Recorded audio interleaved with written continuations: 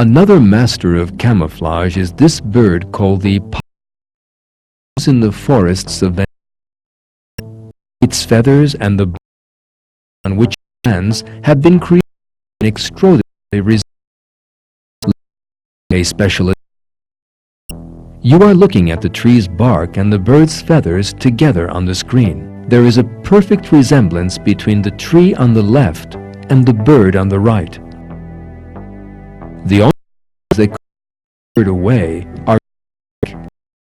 However, the bird knows just how to use the design it carries, and it begins hunting as soon as danger approaches. It closes its eyes and beaks and stretches it forward. Now indistinguishable from the rest of brands.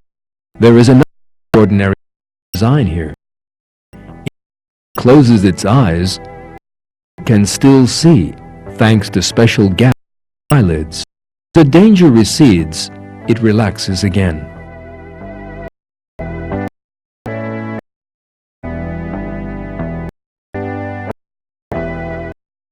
So, who taught the bird to do this?